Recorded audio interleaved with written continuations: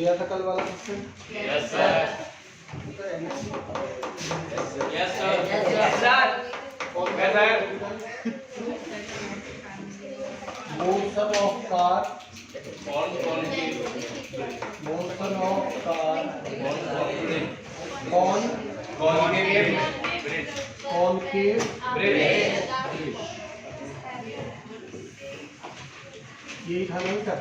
Yes sir. तो concave bridge का मतलब गड्ढे। इस टाइप का ब्रिज है। Yes sir. बोलो। Yes sir. तो यहाँ पर कार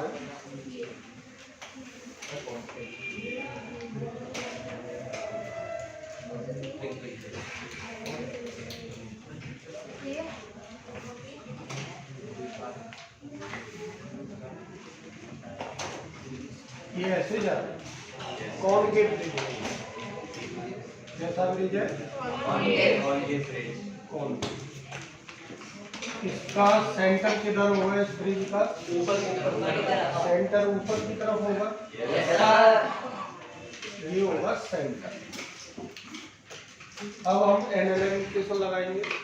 एनालॉग इक्वेशन बताओ क्या होगा? नीचे क्या काम करेगा? नीचे mg काम करेगा, ऊपर नॉर्मल। अब ये कर्व्ड पाथ में सेंटीमीटर आएगा। सेंटीमीटर को कौन कॉल करेगा? नॉर्मल करेगा या इन दोनों का नेट? इन दोनों का नेट दो तरीके से लिख सकते हैं, mg माइनस mg या n3 माइनस mg। तो क्या लिखेंगे? n3 minus mg। Net force toward centre होना चाहिए। नेट फोर्स टूवर्ड सेंटर कब होगा? जब मैं लिखूंगा यहाँ n3 minus mg equals to mc centimetre को। बोलो सब लोग। तो n3 minus mg equals to m square upon r। ये रेडियस r मान लो। बोलो भैया। Yes sir. n3 equals to mg square upon r plus mg r plus mg। बोलो भैया। Yes sir. तो अगर हम ये बात कहें कि एक ऐसा ट्रैक है, एक ऐसा ट्रैक है और एक ऐसा ट्रैक है, ठीक है? मतलब A, B और C, ठीक है? यहाँ पर कोई पार्टिकल है, यहाँ पर कोई पार्टिकल है, एक पार्टिकल यहाँ पर है और एक पार्टिकल हमारा यहाँ पर है। तो इसकी नॉर्मल मान लो n1 है, इसकी नॉर्मल n2 है, इसकी नॉर्मल n3। तो सबसे ज्यादा नॉर्मल कौन सी है? n2 फिर n1 फिर n3। नोट कर लो बेटे, नोट करो। डीपली एनालिसिस, हेडिंग डालो deeply analysis of cyclist on curved path।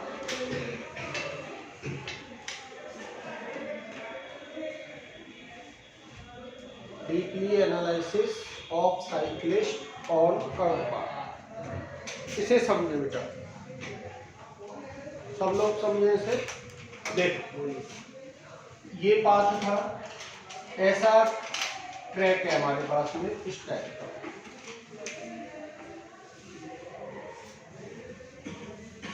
ये ठीक है?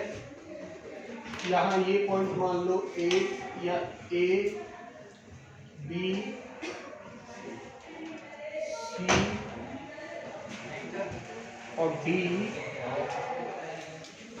E, ये मान लिया।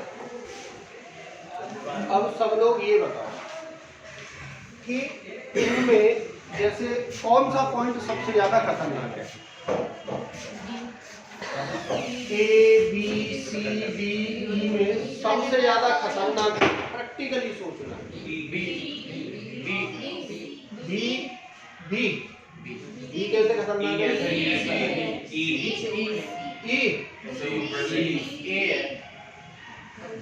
सी तो यार बिल्कुल ही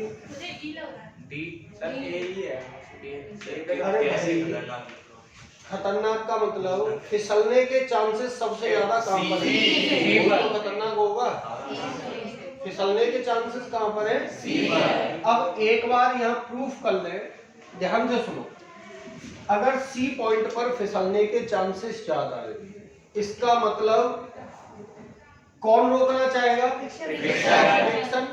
मतलब फ्रिक्शन की रिक्वायरमेंट बढ़ जाएगी यहाँ पर, और इतना हमारे पास अवेलेबल नहीं है, तो दांत तो टूटने ही ना, नीचे तो जाएंगे ही ना। जहाँ फ्रिक्शन की रिक्वायरमेंट बढ़ेगी वो पॉइंट सबसे ज्यादा खतरनाक होगा। बोलो भैया, नहीं हम फिसलेंगे। तो अभी हम देख लेते हैं, अगर मान लो कि कोई साइकिलिस्ट है, यहाँ से ये जा रहा है, तो यहाँ पर जाके नॉर्मल अगर जीरो हो जाती है, नॉर्मल क्या हो जाती है? इफ नॉर्मल जीरो, तो रफ्तार इस पॉइंट पर कितनी होगी? v = √r। कल हमने ये बात सीखी थी। सब बोलो यार। सही पॉइंट पे। अब हम ट्रैक BC को चेक करते हैं एक बार। ट्रैक BC देखते हैं कि BC में कौन सा पॉइंट खतरनाक है। मान लो ये BC है, ये पॉइंट B है और ये C है। बोलो भैया। Yes sir. अब ये साइकिलिस्ट यहां से आ रहा है, ये साइकिलिस्ट यहां से चलते चलते यहां आ रहा है, तो इसका सेंटर बताओ किधर होगा? यहाँ सेंटर होगा या नहीं होगा बेटा? Yes sir. सब लोग सोचो इस बात। ठीक है। अब मान लो ये पार्टिकल है m, वो ही साइकिलिस्ट है यहाँ पर। बोलो। Yes sir. कौन है यहाँ पर? साइकिलिस्ट। अब धीरे धीरे यहाँ से आएगा, तो ये पहले यहाँ होगा, फिर यहाँ होगा, तो ये एंगल इंक्रीज करेगा या डिक्रीज करेगा? ये एंगल B से C तक डिक्रीज करेगा या डिक्रीज? समझ लो।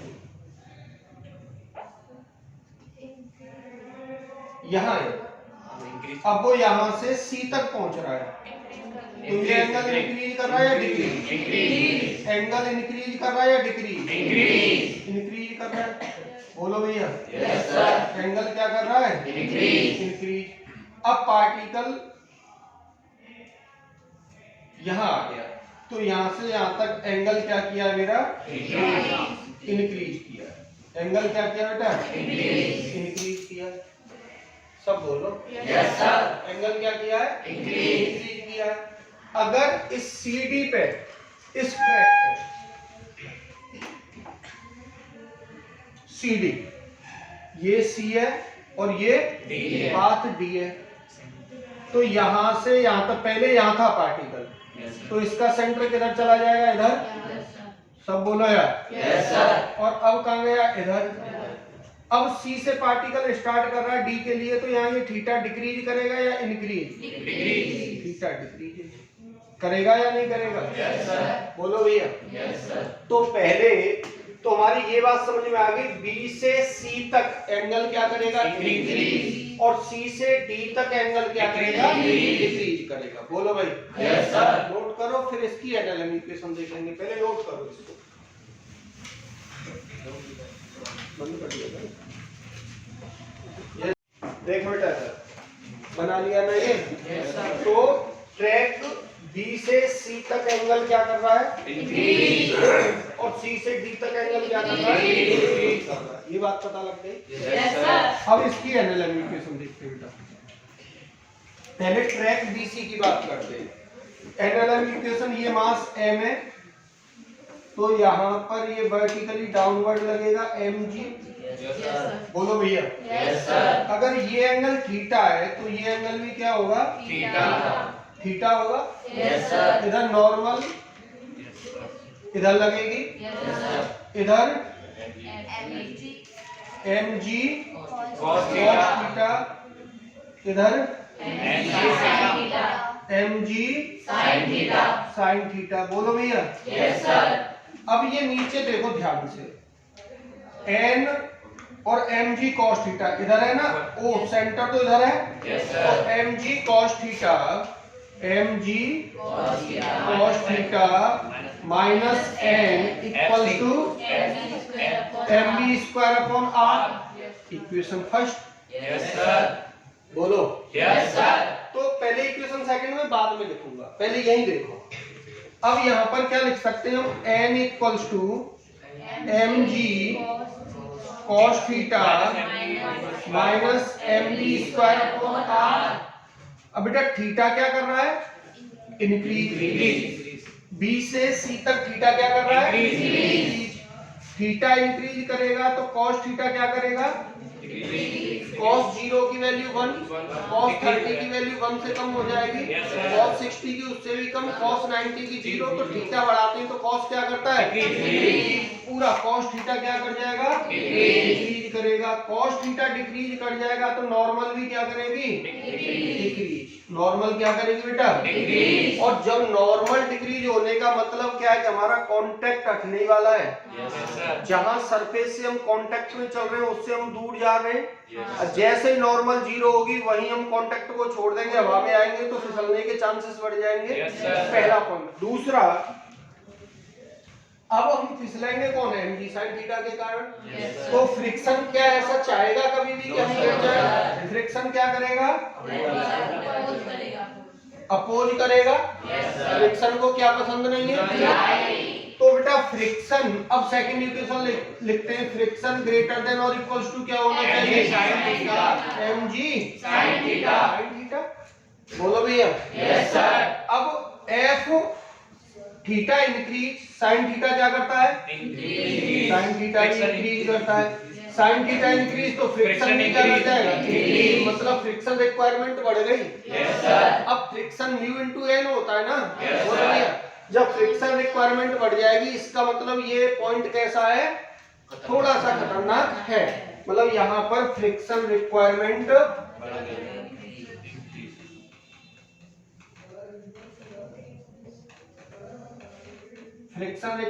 क्या करेगी, इंक्रीज करेगी। बोलो भाई। yes sir अब सेम हम किसको देखें, ट्रैक सीडी को। किसको देखें, ट्रैक सीडी को देखो बेटा। ट्रैक सीडी, ट्रैक सीडी ये था, यहां से यहां तक क्या हो रहा था, यहां से यहां तक क्या हो रहा था बेटा, थीटा डिक्रीज कर रहा था। थीटा क्या, इसका सेंटर किधर जाएगा,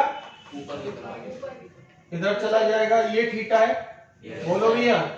मान लो पार्टिकल मेरा यहीं पर है m, तो इधर n लगेगी, नीचे वर्टिकली डाउनवर्ड क्या होगा, mg। मान लो ये एंगल थीटा है तो ये एंगल भी क्या रहेगा, थीटा। यहाँ पर mg cos थीटा और नीचे mg sin थीटा। अब यहाँ पर सेंटीमीटर को कौन कॉल करेगा, n minus mg cos theta equals to mg square upon r। तो बेटा n equals to mg cos theta plus mg square upon r। अब बेटा थीटा डिक्रीज कर रहा है, थीटा क्या कर रहा है, डिक्रीज। cos थीटा क्या करेगा, इंक्रीज। तो नॉर्मल भी क्या करेगी, इंक्रीज। इसका मतलब ये ट्रैक हमारे लिए सेफ है। अगर नॉर्मल इंक्रीज कर रहा है इसका मतलब हमारा दबाव बन रहा है वहां पर। बोलो भैया। yes, दबाव बन रहा है तो हवा में जा पाएंगे, नहीं जा पाएंगे। मतलब if theta decreases, theta cos theta क्या करेगा बेटा, इंक्रीज करेगा। नॉर्मल भी क्या करेगी, इंक्रीज करेगी। अरे बोलो। yes sir नॉर्मल क्या करेगी, इंक्रीज करेगी। अब फ्रिक्शन क्या चाहेगा, F ग्रेटर देन और equals to mg sin theta. अब बेटा यहाँ थीटा क्या कर रहा है, थीटा डिक्रीज कर रहा है तो sin थीटा क्या करेगा, डिक्रीज करेगा। फ्रिक्शन रिक्वायरमेंट कम हो जाएगी ना, फ्रिक्शन रिक्वायरमेंट क्या होगी, कम होगी। तो इन दोनों ट्रैक से हमें क्या पता लगता है कि कौन सा पॉइंट खतरनाक है हमारे लिए, सी या D. Just before C is खतरनाक पॉइंट है। अगर हमारे इस ट्रैक पे गिरने के चांसेस है तो कहां पर है? जस्ट बिफोर सी। बोलो भैया। Yes sir. इसे नोट करो और एक नोट लिखना है छोटा सा, इधर देखो बेटा। तो इन दोनों से ट्रैक BC और ट्रैक CD में फाइनल कंक्लूजन क्या निकला कि just before C point is very very. लिखें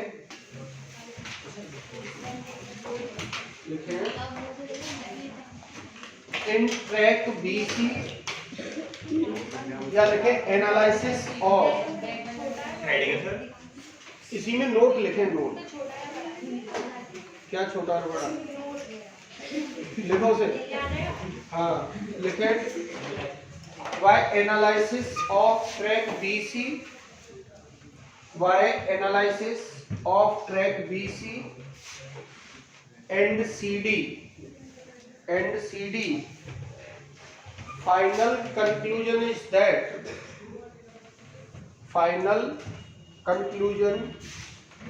is that just before C point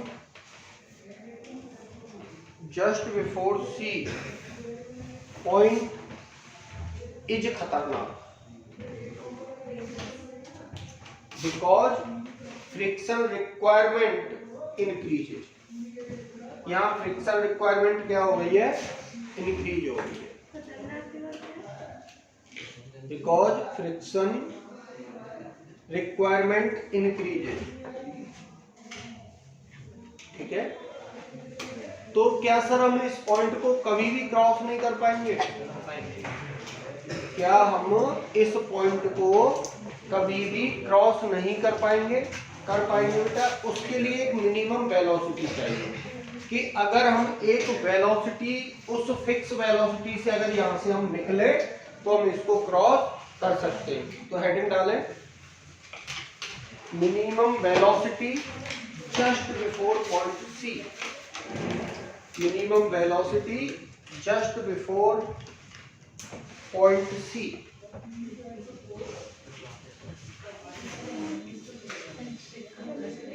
minimum velocity just before point C।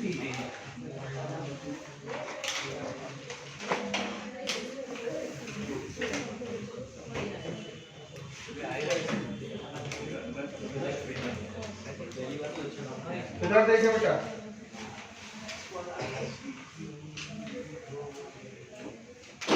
तो मान लो ये पॉइंट क्या है? जस्ट बिफोर C है। ये पॉइंट क्या है? जस्ट बिफोर C है। तो n equals to mg cos theta minus mv square upon r, और second equation f greater than और equals to mg sin theta. बोले सब लोग f को क्या लिख सकते हैं? Mu into n greater than और equals to mg sin theta. बोलो भैया। Yes sir. ये लिख सकते हैं? Yes sir. तो म्यू n की जगह पे क्या रख दो? mg cos theta minus mv square upon r equals to mg sin theta. बोलो भैया। Yes sir. m से ये गया, तो यहाँ से mu g cos theta, mu g cos theta सब लोग बोले minus mu g square upon r equals to G sin theta. तो mu v square upon r equals to mu g cos theta minus g sin theta.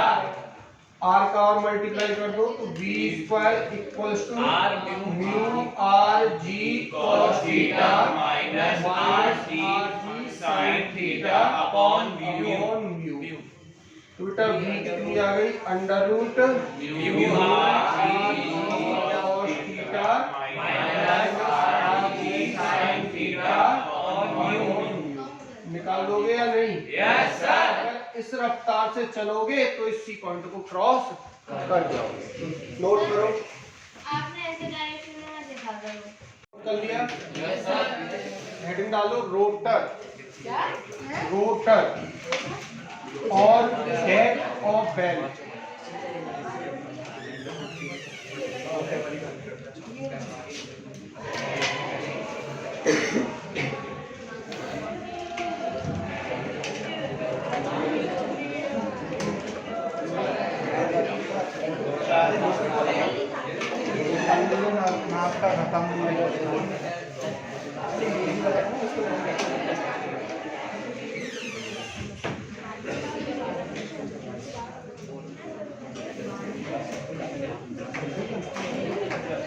हाँ भाई, इधर देखिए भैया, rotor और डेथ ऑफ बेल।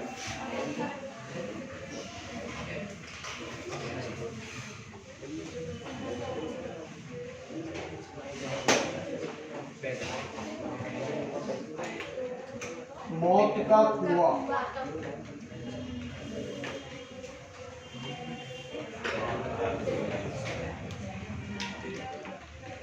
देख, ये सिलेंड्रिकल होता है जो कुआं होता है। पहले समझो बेटा, कुआं होता है वो कैसा होता है? सिलेंड्रिकल होता है। मतलब जो कुएं की दीवार होती है वो देखो स्टेप से होती है, ऐसे ही तो होता है कुआं। बात क्लियर है? थोड़ा सा फील करो, ये इस तरीके का होता है सिलेंड्रिकल। अब इस पर मान लो ये सरफेस है, थोड़ा ऐसे। अब इस पर कार चल रही है इस तरीके से, कार ऐसे चल रही है, तो कार ऐसे आ गई तो नॉर्मल किधर आ जाएगी? नॉर्मल सेंटर की तरफ होगी। नॉर्मल किधर होगी? सेंटर की तरफ। लेकिन वो फ्रिक्शन भी होगा। क्या होगा? फ्रिक्शन। तो मैं अगर बनाऊं कुआं तो ये होगा,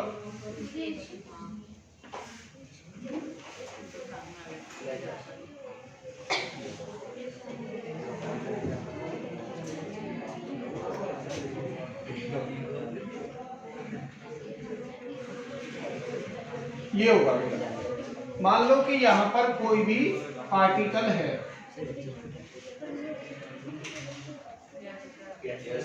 यहाँ पर कोई पार्टिकल है।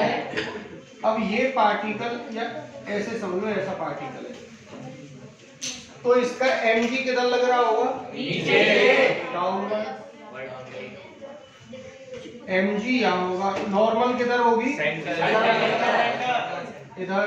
अब बेटा ये जो घूम रहा होगा वो कैसा? इस तरीके की सरफेस है तो ऐसा सर्कल बना रहा होगा ना घूमते घूमते। सब बोलो यार। ऐसा सर्कल बना रहा होगा ये।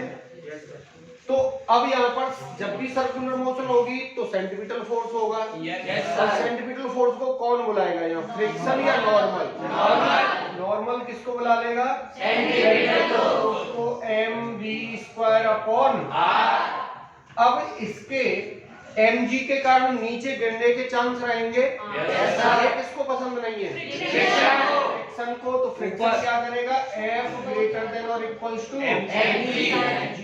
बोलो भैया। तो ये क्या होता है? Mu into n greater than और इक्वल्स टू mg। n की वैल्यू ये पुट करो तो mu upon r equals to mg। बेटा m से m गया तो v² equals to rg upon mu. तो v अगर इतनी रफ्तार होगी, अगर इतनी रफ्तार होगी किसी भी कार की या बाइक की तो वो नहीं गिरेगा। अगर इस रफ्तार से कम हो गई तो क्या करेगा? वो नीचे की तरफ। बोलो भैया। मिनिमम इतनी हो या इससे ज्यादा हो तो वो आराम से घूमता रहेगा। बात क्लियर है ना बेटा? नोट करो।